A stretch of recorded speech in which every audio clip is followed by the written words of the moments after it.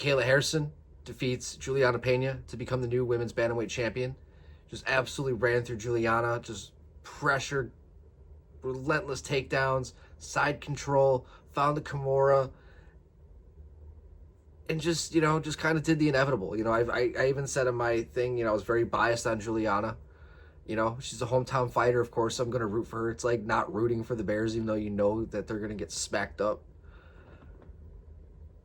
You got to root for, you have to show love and loyalty for the fighters that you care for, right? That sounded weird, but you know what I mean. But nonetheless, Kayla went out there and did what she should have done and just went right through Julianna. Found a submission. This whole path, dude, from being the judo Olympian, going to the PFL. I remember when she signed with the PFL, I was like, man, like she has a long road to go, and she went out there and put on fight after fight, PFL championship after PFL championship, all the way to the time to where she did get that loss to Pacheco, and it was time for her to move on. It was the time to move on for her.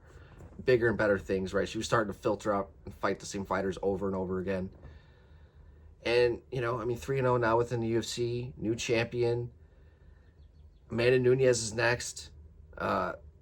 I thought the whole, Amanda looked a little shocked in the sense that Kayla wanted the face-off in the cage because of them being training partners at ATT. And I think at first Amanda almost seemed offended. Like, really? You're going to, you really want to do this here? Like, all right. It's kind of weird. But I think that it wasn't like a bad blood thing. I think honestly it was just a competitive nature in Kayla to just build the fight that she wants to do. I don't think there was any negativity or bad blood that went into that. But that's the fight to make. Amanda versus Kayla, that's the fight to make. As much as I don't care for Amanda to come back, I like the fact in the fashion that she did retire, it's cool. But there's really no bigger fight to make. There really is no bigger fight to make. And I see both sides. I see Amanda completely knocking her out, but I also see Kayla going out there and putting on the same pressure that she put on against Julianna and just run through Amanda and find herself with a smothering submission or insane amounts of top control time, side control time, ground and pound. I can see all that happening as well.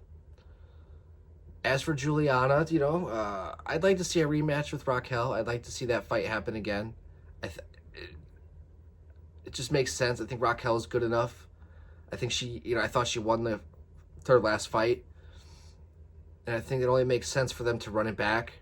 I think it's really when you have the women's division, I guess now we have to include Amanda. It's official that she's back.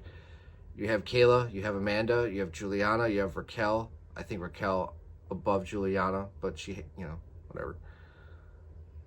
I think those are your four, and everybody else is below them. I think those four beat everybody else below them. So that's kind of where I'd like to see the rematch with Raquel and Julianna Peña after this title fight.